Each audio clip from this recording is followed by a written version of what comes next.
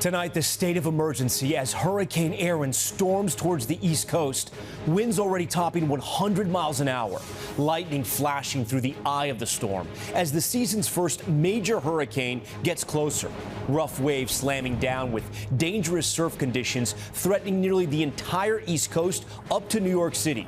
Evacuations extended in the Outer Banks. Will homes like these survive? Plus, the White House preparing for a possible meeting between Putin and Zelensky as President Trump declares he won't send American ground troops to Ukraine. The latest on the urgent push for peace, plus our exclusive interview with French President Macron and his warning about Putin. Debris shooting into the air after a major explosion in North Carolina. Multiple firefighters injured after authorities say a driver plowed into a gas line and sped away. New technology debuting today, helping flyers race through nearly every part of security at the airport. We'll show you how it works and the airport's rolling it out. Wild moments caught on camera, a car crashing into a restaurant, sending 2 food bloggers flying. The new COVID vaccine guidance for toddlers from the nation's leading pediatricians at odds with the health secretary. And when a car factory worker lost his wallet in an SUV he helped build a decade ago, he never thought it would come back to him 151,000 miles later. Nightly News starts right now. This is NBC Nightly News with Tom Yamas. And good evening. Hurricane Aaron is churning over the Atlantic, growing in size as it makes its way north. At this hour, the Category 2 storm is still hundreds of miles away, but its power is already being felt up and down the East Coast. Early storm surge, you see it here, causing coastal flooding in North Carolina as intense waves and life-threatening rip currents shut down beaches up and down the East Coast. The size of the storm is comparable to that of Hurricane Katrina, except Aaron isn't expected to make landfall. It's the first hurricane of the year fueled by warming Atlantic waters in a season NOAA predicting will see abnormally high hurricane activity. We begin tonight with Aaron Gilchrist in North Carolina, where the governor there just declared a state of emergency. Tonight, all eyes on the Atlantic with Hurricane Aaron supercharging waves along North Carolina's Outer Banks. In this satellite image, you can see lightning flash in the eye of the storm. Officials warning conditions are expected to deteriorate over the next 24 hours. We're going to see significant flooding potential, and it's forecast to be 2 to 4 feet above dry ground with wave action on top that could inundate part of our community. Coastal flooding already impacting some areas along the Outer Banks, both Hatteras and Ocracoke Islands under mandatory evacuation orders with more than 2,100 people ferried off Ocracoke. Many beachside rental properties threatened by Hurricane Aaron now empty. Alessandro Vanni moved his family to safer ground after evacuating their rental home on Hatteras Island. We decided that maybe we could extend the trip if we came here since this wasn't an evacuation area. Despite the potential flooding and storm surge warnings, some locals plan to stay put. If it were anything like landfall or a Category 3 landfall, we would be out of here. If the roads are washed out, if they do get cut off, what do they need to be prepared for? They need to be prepared to take care of themselves for an extended period of time. With the storm inching closer to the eastern seaboard, hurricane hunters using the opportunity to study how tropical systems form and intensify. Meanwhile, communities from Florida to New England bracing for dangerous rip currents. Friendly reminder, the water is closed today. The threat also shutting down beaches in New York and New Jersey with waves up to 13 feet possible. This is no time to be complacent. Going in the ocean for the next number of days is something you got to avoid. Back in North Carolina, double red flags warning beachgoers that even with the hurricane hundreds of miles away, it's just not safe to go into the water. And Aaron joins us now live tonight. And Aaron, this is important. Even if your beach isn't closed, people up and down the East Coast have to be careful right now. You're absolutely right, Tom. You take a look at the waves here. They have been getting more and more aggressive throughout the day here. We know that there's a storm surge, again, expected to reach maybe 2 to 4 feet as soon as this time tomorrow. And already the tropical storm watch that's been put in place has now been extended far up the Virginia coast. Tom? Aaron Gilchrist leading us off tonight. Aaron, thank you. Now to President Trump's push for peace in Ukraine, today ruling out sending American troops as a security guarantee. While the White House says Vladimir Putin has agreed to a face-to-face meeting with Ukraine's President Zelensky. Here's Kelly O'Donnell. President Trump's grand efforts seeking peace, from the Alaskan frontier to the pomp of White House diplomacy. Tonight, new clarity on a new limitation. The president saying no American ground troops to secure any truce in Ukraine. Well, you have my assurance that I'm president. A firmer stand than his response Monday when asked to rule out American forces. We'll let you know that. However, the president did promise U.S. participation to provide Ukraine with security guarantees they demand as part of a potential peace deal. The president has definitively stated U.S. boots will not be on the ground in Ukraine, but we can certainly help in the coordination and perhaps provide other means of security guarantees to our European allies. Tonight, the White House says Vladimir Putin has agreed to what would be a major development in the president's push for peace, a Putin-Zelensky face-to-face meeting, with President Trump prepared to join them for a separate follow-up meeting. He says he laid it out to Putin by phone. And I told him that we're going to set up a meeting with President Zelensky, and you and he will meet. And then after that meeting, if everything works out, okay, I'll meet and we'll wrap it up. While there has been praise from visiting European leaders for President Trump's attempts to end the Russian-led war, I really believe it was an important meeting at the White House. French President Emmanuel Macron tells Meet the Press moderator Kristen Welker he doubts Putin's intentions. I don't see President Putin really willing to get peace now, but perhaps I'm too pessimistic. But I think it's very important to launch this process. Reflecting on the stakes for peace, President Trump suggested he has a goal beyond this life. If I can save 7,000 people a week from being killed, I think that's I want to try and get to heaven if possible. If I can get to heaven, this will be one of the reasons. And Kelly, it's still early, but you have some new reporting about potential locations for a meeting between Putin and Zelensky? That's right, Tom. A senior administration official tells me that Budapest, Hungary, and Geneva, Switzerland are among the sites being discussed, and that other nations have offered to host.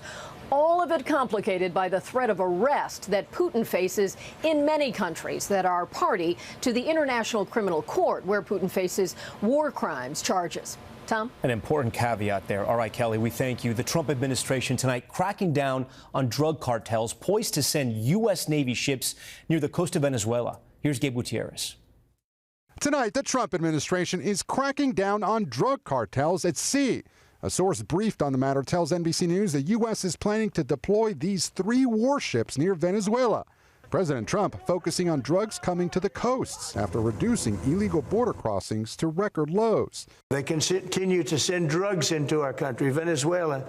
They've been very nasty. The Trump administration also recently doubling to $50 million its reward for the arrest of Venezuelan leader Nicolas Maduro, saying he violated U.S. drug laws. Meanwhile, in the fight against traffickers, the Coast Guard says it intercepted more than $138 million worth of drugs in the Caribbean this summer.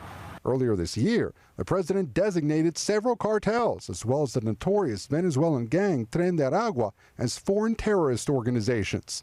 And despite pulling off a large-scale prisoner swap with Venezuela last month, President Trump has been increasingly at odds with Maduro. He's prepared to use every element of American power to stop drugs from flooding into our country and to bring those responsible to justice. The Maduro regime is not the legitimate government of Venezuela. It is a narco-terror cartel. Now the Venezuelan government has banned drone flights throughout the country amid what it considers a threat from the U.S.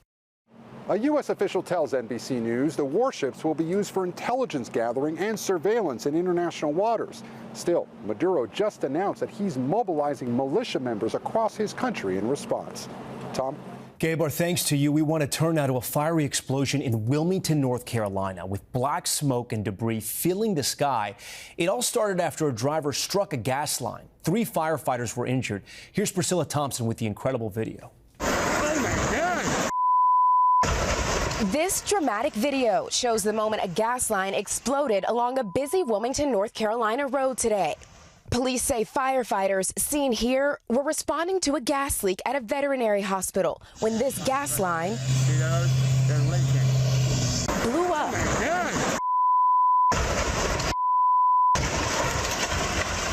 Debris blasted hundreds of feet in the air, along with a ball of flames and these massive plumes of black smoke.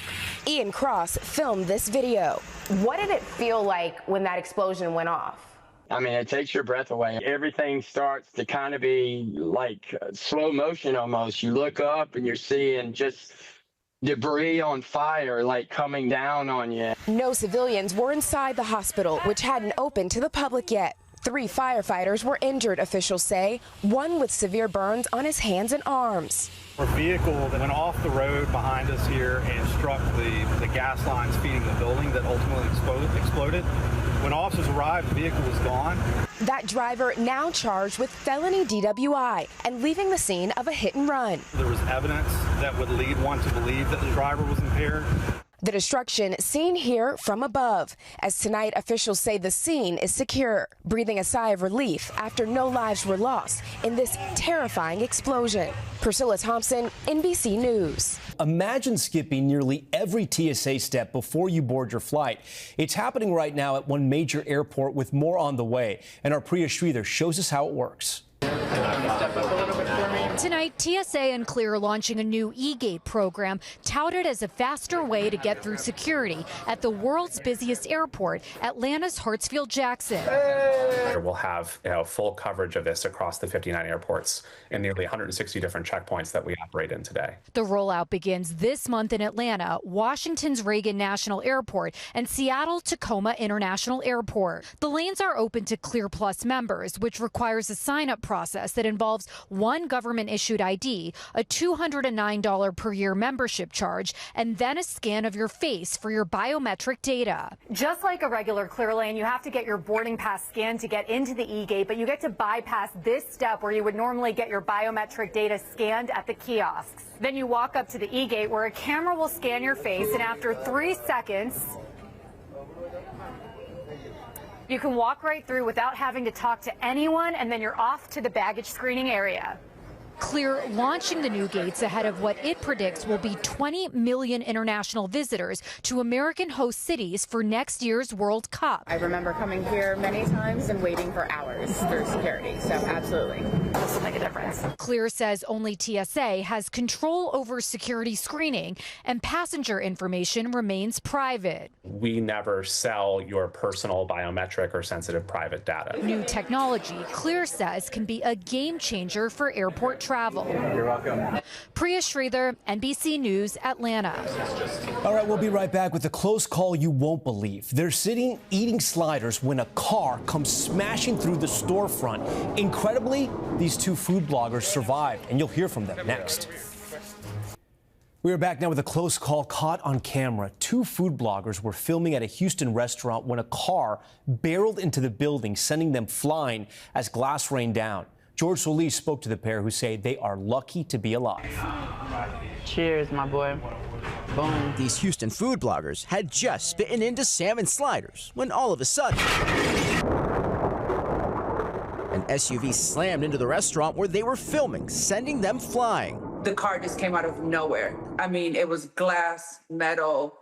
I thought we were gonna die. I'm like, oh my God, this is it. This is our last moment. The bloggers, known as Nina Unrated and Patrick Blackwood, capturing every jaw-dropping second inside Cuvées Culinary Creations on Saturday, from the near-miss collision What just happened? to paramedics arriving and their trip to the emergency room, amazingly walking away with minor cuts and bruises. It's one of the wildest things that can actually really happen, like 1 in a million.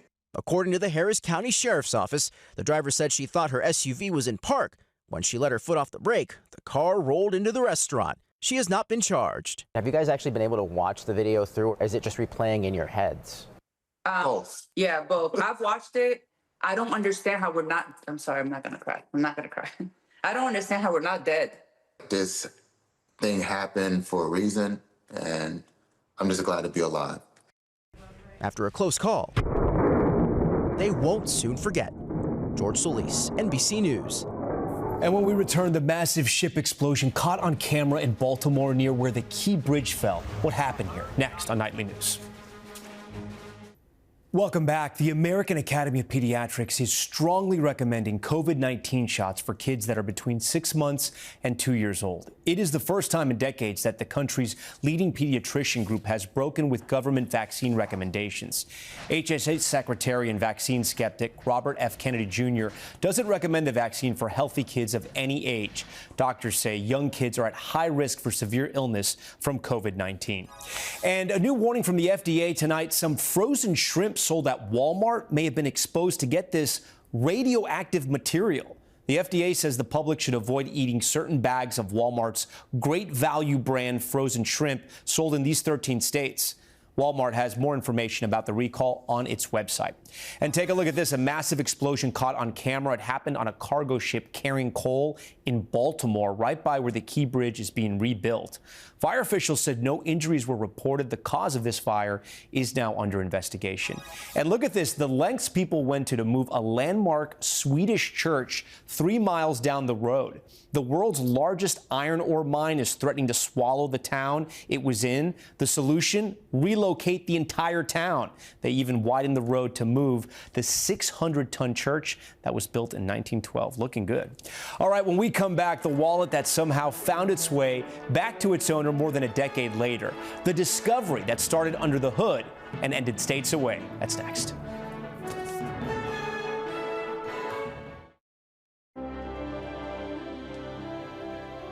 Finally, there's good news tonight for a retired auto worker in Michigan who was surprised when the wallet that he lost on the job was returned to him a decade later. Boyd Hooper from our Minneapolis affiliate KARE 11 with this story. As the owner of an auto repair shop, replacing an HVAC motor, there can't be much Chad Volk hasn't seen.